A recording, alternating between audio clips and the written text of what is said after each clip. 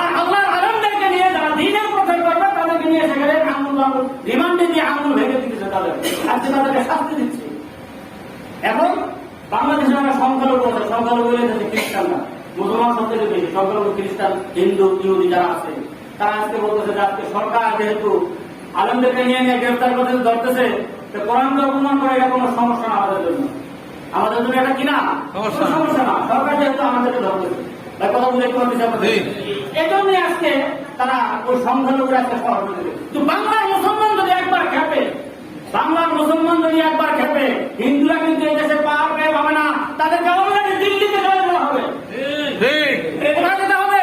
দিল্লিতে চলে যেতে হবে। বাংলাদেশে তাদের কোনো থাকার অধিকার নাই। এটা হাজী শরীয়তুল্লাহর দেশ, এটা শাহজালালের দেশ।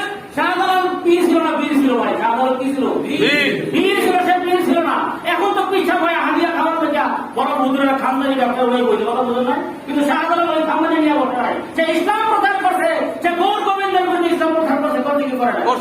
সেই বাংলার জন্য তুমি কোরআন অপমান করবা আর বাংলার মুসলমানরা সহ্য করে থাকবে, এটা ভেবে না তোমরা। আজকে দেখেন আরেকটা স্লোগান দেয়, ধর্ম জানাজার উৎসব সভা। আচ্ছা, ধর্ম জানাজার উৎসব সভা, ঠিক আছে। আমি ইমাম সাহেব না, আমি এই দেশে আয়াত সিটিজেন অফ বাংলাদেশ, আমি একজন বাংলাদেশের নাগরিক। যদি উৎসব সবার জন্য সমান হয়ে থাকে, আমি হয়তো হিন্দুকে পূজায় যাইতে পারবো, পারবো কি পারবো না? আমার যদি কোনো হিন্দুকে পূজায় দেখেন, কোন ইয়াতে দেখেন, ওই সভাপতি সাহেব দেখছে, ওই যে অন্য মুসলিম দেখছে, ইমাম সাহেব গেলাম হিন্দুকে পূজার ওখানে বসা আছে মঞ্চের সাইডে, পরের দিনকে আমার ইমামতিরা থাকবো না। আপনারা বলবেন যে ইমাম সাহেব এখানে কোনো দরকার নাই। তাহলে যদি ধর্ম যার উৎসব সবার হয়, ওই উৎসবে ইমাম সাহেবের যাওয়ার দরকার আছে না? এইভাবে কথা বলবেন না কেন? আছে, তাহলে আমি সেখানে যাবো। কথা বুঝলেন? আপনি যাবেন, আমি যাবো। তো মহিলাদের দিকে তাকানো হারাম। তো ওখানে উৎসব করতে হইলে মহিলাদের দিকে তাকাইতে ইমান ধরা হবে কি হবে না? আপনি মুসলিম খুব পাক্কা পক্কা নামাজ রাখতে তাহাজ্জুদ করেন, আপনি ওখানে যাবেন, সেই মহিলার দিকে আপনি তাকাইতে পারবেন কি পারবেন না? কি কথা বলে না? নিয়ম মোতাবেক যে জন্মদাতা মুসলমানদের যে ফতোয়া যে বাংলাদেশ থেকে দেওয়া হয়েছে, এই ফতোয়ার এগেইনস্টে আপনি দেখেন, সেখানে গেলে আপনি তাদের কাছ থেকে চাইতে পারবেন কি পারবেন না? কি কথা বলে না? ওখানে গিয়ে তাদের সিঁদুর কি বলে, প্রসাদ আপনি খেতে পারবেন, কোনো সমস্যা নেই। যদি ওই ফতোয়াটা জায়েজ হয়ে থাকে আপনি খান, সেখানে খান।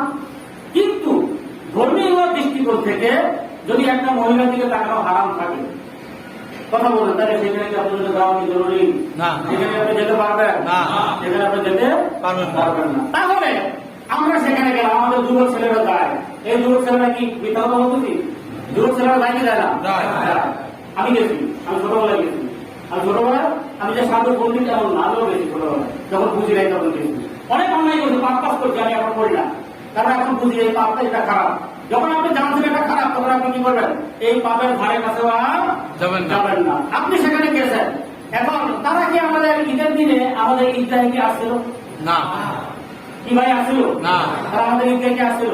শুভেচ্ছা দেওয়ার জন্য আসছিল না? তাহলে আমরা সেখানে যাবো না। তাহলে ধর্ম জানার উৎসবটা সবাই কি এই স্লোগানটা কি সত্য না মিথ্যা? এই স্লোগানটা হলো মানে মুসলমানদেরকে মানে কি বলে ধ্বংস করার একটা স্লোগান, মুসলমানদেরকে ধ্বংস করার একটা স্লোগান, একটা কাজ। আজকে দেখেন বাংলাদেশ ভারতে আজকে দেখেন হিন্দু মুসলিম দাঙ্গা সেখানে লেগে আছে কি নাই? আজকে মুসলমান হিন্দুরা মানতেছে, হিন্দুদেরকে মুসলমানরা মানতেছে। যেখানে মসজিদে গিয়ে সেখানে তারা আজকে অনুদ্ধারে দিচ্ছে, মসজিদে গিয়ে সেখানে তারা কোরআন পড়িয়ে দিচ্ছে, মসজিদের ভিতরে গিয়ে তারা আজকে পায়খানা করছে, প্রসাদ করতেছে। এটা বাংলার জনগণ মেনে নেবে না, এটা বাংলার জনগণ মেনে নেবে না। এটা সাথী শরীয়তুল্লাহর দেশ, এটা শাহজালালের দেশ, এটা শাহ মাহমুদের দেশ। এই দেশে এটা ইসলাম প্রিয় দেশ। এদেশে তৌহিদি জনতা যদিও নামাজ কম করে, ভাই আমার কথা বলতে, নামাজ কম করে, এমন আছে আজকে ফজরের নামাজ পড়ে নাই, কিন্তু জুমা পড়তে ঠিক হয়। ভাই কথা বলে না, আমার কথা বুঝাইতে পারছেন নাকি? জুমা পড়তে ঠিক হয়। যখনই আল্লাহকে গালি দেয়, আল্লাহ রাসূলকে গালি দেয়, আল্লাহর কোরআনকে গালি দেয়, আল্লাহর কোরআনকে অপমান করে, তখন আপামর জনতা সবাই রাস্তায় বেরিয়ে যায়।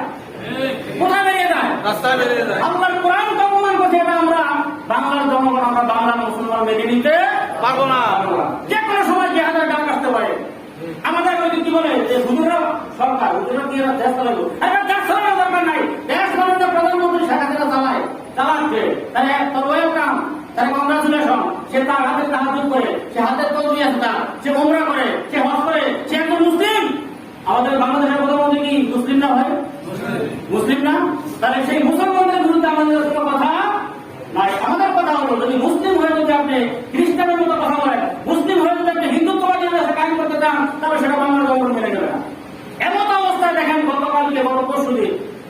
কুমির চাঁদপুরের লাকসামে আপনার পুলিশের গুলিতে 7 জন শহীদ হয়েছে, বলুন আলহামদুলিল্লাহ। আলহামদুলিল্লাহ। কোরআন প্রেমিক যারা তার 7 জন শহীদ হয়েছে, কিন্তু আপনি আমি কিছুই করতে পারলাম না। কি করতে পারছি আমরা কিছু করতে পারছি? আমাদের কিছু করার প্রয়োজন ছিল কি ছিল না? আল্লাহ কোরআন আমি কিয়ামতের দিন সেই কঠিন মুসিবতের দিনে যখন বলবে, হে মুসলমান, হে ইমাম সাহেব, হে মুসল্লি, জুমা পড়তে গিয়েছিলা, তুমি তাদের জন্য কি করছিলা? তোমার 7 জন ভাই শহীদ হলো, তোমার প্রাণ অপমান করবো, আর তুমি সেখানে কি স্লোগান দিচ্ছ? সবাই বলে নারায়ে তাকবীর, আল্লাহু আকবার। আমি প্রত্যেকের মুখে স্লোগানটা শুনতে চাই, নারায়ে তাকবীর, আল্লাহু আকবার। নারায়ে তাকবীর। আল্লাহু আকবার। আল কোরআনের আলো, ঘরে ঘরে জালো, হাদিসের আলো। ঘরে ঘরে জালো। মাশাআল্লাহ, আল্লাহ পাক কবুল করে সকল বলি আমিন। আমিন। এই স্লোগান দেওয়া থেকে বেজার হয়েছেন কেউ? নাকি পুলিশে গ্রেফতার করবো? করো। নাকি ধরে নিয়ে যাবো? দেখ। ধরে নিয়ে সমস্যা আছে তোমার? কি আজকে দমন নিপীড়ন, ওই যে পুলিশের ভয়, এসব আমরা আল্লাহর মতো ভয়, মানে যেহেতু আমরা রাসূলের সৈনিক। কার সৈনিক আমরা? প্রত্যেকটা মুসলমান রাসূলের সৈনিক, প্রত্যেকটা মুসলমান আল্লাহর সৈনিক, প্রত্যেকটা মুসলমান কোরআনের সৈনিক। এই কোরআনকে যদি কেউ অপমান করে, আমরা সেটা বাংলার মুসলমান সেটা মেনে নিতে পারবো না। তাহলে মুসলমান এই যে আজকে যে ষড়যন্ত্র চলতেছে বাংলাদেশ থেকে, আমরা কিছু আন্দাজ করতে পারতেছি? দল মত নির্বিশেষে আপনাদেরকে অনুরোধ করবো, আপনাদেরকে রিকোয়েস্ট করবো যে বাংলাদেশের বিরুদ্ধে এক গভীর চক্রান্ত শুরু হয়েছে। বাংলাদেশের বিরুদ্ধে গভীর এক চক্রান্ত শুরু হয়েছে। দেখেন আজকে ফেসবুক, গুগল, ইন্টারনেট আজকে সবার ভিতরে ঢুকে গেছে। ঢুকছে কি ঢুকে গেছে? ঢুকছে। এরকম ভাবে বাংলাদেশে একটা জিনিস ঢুকছে আজকে, বাংলাদেশের শকুনের নজর পড়ছে। এই বাংলাদেশে কিসের নজর পড়ছে? শকুনের নজর পড়ছে। এই শকুনের নজর পড়তে দেওয়া যাবে না। এই শকুনের নজর বাংলাদেশে পড়তে দেওয়া যাবে না। এটা বাংলার মুসলমান, এটা বাংলাদেশের মুসলমান, কোরআনের মুসলমান, বাংলাদেশের মুসলমান আজকে তারা চাপিয়ে পড়ে সবাই। সময় তো হাজারি। যাই হোক, যেই বিষয়টা বলেছিলাম, ধর্ম যাত্রার উৎসব তারটা ধর্ম, সবাই বলে ধর্ম যাত্রার উৎসব তাত্তা। আমারটা বলেন আগে, ধর্ম যাত্রার। উৎসব তাত্তা। আমি যেটা বলি সেটা বলে, ধর্ম যাত্রার ধর্ম দাদার উৎসব তারটা। উৎসব তাত্তা। ধর্ম যাত্রার ধর্ম দাদার উৎসব তারটা। উৎসব তাত্তা। যার যার ধর্ম পালন করে, যার যার উৎসব পালন করে, কোনো কারণ উৎসবে যাওয়ার দরকার নাই। নাই। এদেশে মুসলমানরা ওই যে কি বলে, হিন্দুদেরকে কিন্তু প্রোটেকশন দেয়। বাংলাদেশে যারা মুসলিম হিন্দু আছে, তারা কিন্তু একেবারে মুসলমানের পুরোর ভিতরে আছে। ঠিক কিনা বলেন? আজকে একটা মন্দিরে আঘাত হইলো, কোন মুসলমান হিন্দু ভাই কি কথা বললো, আমরা কি সবাই আগে যাবো কি যাবো না? যাবো। নাকি আমরা যা তাদের মন্দিরের ভিতরে আগুন দিই? না। এরকম কোনো রেকর্ড আছে বাংলাদেশে? এই কিছু মানুষ আছে হিন্দুরা বলতে এরকম করতেছে, তার কইরা আবার নাটক সাজাইতে, তার নাটক করে আমার সাথে মুসলমান আমাদেরকে শেষ করে দিচ্ছে। কালকে লাইভে আসছে তারা, আইসা বলতেছে আমাদেরকে শেষ, আমাদেরকে মাথা, আমাদেরকে মেরে ফেলতেছে, আমাদেরকে পূজা করতে দিচ্ছে না, তারা লাইভে আসছে। এগুলো করে মুসলমানদেরকে ফাঁসা করার জন্য বাংলাদেশের সাথে ধাক্কা লাগাইতে চায়। তো ধর্ম যাত্রার উৎসব সভা, বাহাত্তরের সংবিধান, যে বাংলাদেশ যে কনস্টিটিউশনে চলে, বাহাত্তরের সংবিধান, এই বাহাত্তরের সংবিধান আবার করা ফিরে যাবে। বাংলাদেশের রাষ্ট্র ধর্মের নাম কি? ইসলাম। বাংলাদেশের রাষ্ট্র ধর্মের নাম ইসলাম, ইসলামই থাকবে। এটা পরিবর্তন করার ক্ষমতা কারো নাই। হোসাইন মোহাম্মদ আশা সাহেব কেমন ছিলেন জানি না, কিন্তু এটা তিনি করে গেছেন, এটাই থাকবে। যদি তারা বাহাত্তরের সংবিধান তারা ফিরে যেতে চায়, আমরা ফিরে যাবো সেই 14 বছরের সংবিধানের ভিতরে। সুবহানাল্লাহ। 1400 বছর আগের সংবিধানের নাম কি? আল কোরআন। আল কোরআন। সেই কোরআনের দিকে আমরা ফিরে যাবো। জুলুম, নিপীড়ন যত কিছু হয়, আল্লাহর কোরআনের প্রচার ততই বাড়ে। ঠিক কিনা বলেন? যতই বাড়ো, আজকে যতই আলমকে গ্রেফতার করবে, এই মসজিদের সবাইকে ধরে নিয়ে যান, এতে কিন্তু কি কি হবে? আর কোরআনের সম্মান বাড়বে না কমবে? বাড়বে। কারণ এটা সংরক্ষণের দায়িত্ব কার? আল্লাহ। আল্লাহ। এই কোরআন সংরক্ষণ করবেন কে? আল্লাহ। আল্লাহ নিজেই করবে সংরক্ষণ। এই কোরআন মানুষের সংরক্ষণ রাখবে না, আল্লাহ নিজে এটা করবে। সুবহানাল্লাহ। কারণ যদি এটা অক্ষরগুলো উঠে যাবে এক সময়, যখন কেমন আসবে এই অক্ষরগুলো কি হবে? উঠে যাবে, অক্ষর থাকবে না, তখন দরজা বন্ধ হয়ে যাবে। ইচ্ছা করে আল্লাহ এখনই নিয়ে নিতে পারে, কিন্তু সেটা না করে আপনাকে আমাকে পড়ার সুযোগ দিয়েছেন বলে সুবহানাল্লাহ। যাই হোক, সম্মানিত হাজিরিন, আপনাদেরকে আমি যে কথাগুলো বলবো আজকে, সেটা হলো যে ধর্ম যাত্রার উৎসবটা এই স্লোগান আমরা রাখবো।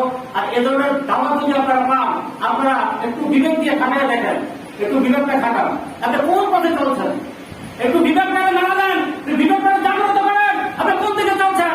ইসলাম প্রচার করে কালিমার দাওয়াত দিয়ে কেউ খায় হালুয়া রুটি, কেউ কি খায় হালুয়া রুটি, আর কেউ খায় জলখানার মামা, জলখানার ভাত করা। কথা বুঝে বলতে পারে, কালিমা একটাই, কালিমা একটাই। সেই কালিমার দাওয়াত দিয়ে কেউ হালুয়া রুটি, হাতিয়া পোহা, হুজুর আসেন বসেন খান, সবাই আলহামদুলিল্লাহ খায়। হ্যাঁ খান, কি মজা মজা, আলহামদুলিল্লাহ আলহামদুলিল্লাহ, কি মজা রে। এরা খুব সুন্দর হালুয়া রুটি খাইতেছে, আর আরেকজন ইসলামের দাওয়াত দেওয়ার কারণে তাদের কাছে জলখানা নিয়ে যেতে। কথা বুঝে কি বলছে? কালিমা কয়টা? একটাই কালিমা। সেই কালিমাটার নাম হলো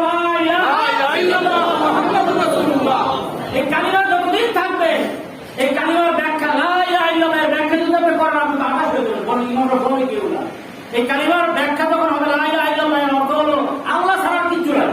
কোন নেতা ঠেকা পীর বীর কবি দাবি কিচ্ছু নাই, একমাত্র আমাকে একমাত্র আল্লাহ আমাকে রক্ষা করবে।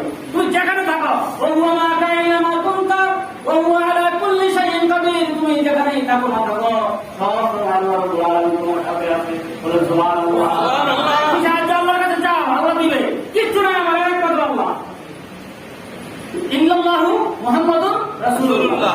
মুহাম্মদ সাল্লাল্লাহু আলাইহি ওয়াসাল্লাম আল্লাহর রাসূল। আল্লাহ ছাড়া আর কোনো মাবুদ, আর কোনো মাবুদ নাই। আর কোনো মাবুদের ব্যাখ্যা যখন দেই তখন আমি বলে কে দেব, বলে আল্লাহ ছাড়া আর কোনো মাবুদ নাই, আর কোনো মাবুদ নাই, আল্লাহ সমকক্ষ আর কেউ নাই। আমি সাহায্য দেবো কার কাছে? আল্লাহর কাছে। আপনি রিজিক কি করতে? আল্লাহ। আপনি কি খাবেন না খাবেন সেটা আল্লাহ রাব্বুল আলামিন 500 বছর সৃষ্টি করেছে। বলে সুবহানাল্লাহ। কিসের তো বয়, তো রিজিকে কিসের বয়? রিজিক এগুলো কি না খায় বন্ধ বন্ধ আছে না। আর কোনো মনে করেন আল্লাহ একসাথে না একসাথে আল্লাহ তাআলা খাওয়াইছে। খাওয়াইছে কি খাওয়াই না? এজন্য আসুন ভাই আমরা সবাই কোরআনের দিকে ফিরে আসি। এই কোরআনের অপমান যদি আপনি সহ্য করে আপনার নীরব ভূমিকা পালন করে আপনার মুনাফিক। আপনি কি মুনাফিক? মুনাফিক। আপনি যদি এই নীরব ভূমিকা পালন করেন তাহলে আপনাকে সেই উত্তর সাহেবা ওই আবু জাহেলের সঙ্গে আপনার হাসর নাসর হবে। আর যদি কোরআনের অপমান যখন হবে তখন যদি আপনার মনটা কাঁদে আপনার হাসর হবে হযরত আবু বকর, হযরত ওমর, হযরত উসমান, হযরত আলীর সাথে আপনার হাসর নাসর হবে। সুবহানাল্লাহ। তাহলে আমরা কি কোরআনের পক্ষে আছি ইনশাআল্লাহ? ইনশাআল্লাহ। যে কোনো সময় ডাক দিয়ে যদি কোরআনের অপমান সহ্য করবো না, যে কোনো সময় ডাকলে কি আমাদেরকে পাবো ইনশাআল্লাহ। তবে হাত তুলে দেখান আমাকে কে কে মারহাবা। আল্লাহ সকলের হাত তুলে কবুল করে সকলে বলে আমিন। ওয়া আখিরু দাওয়ানা আলহামদুলিল্লাহি রাব্বিল আলামিন। আসসালামু আলাইকুম ওয়া রাহমাতুল্লাহ।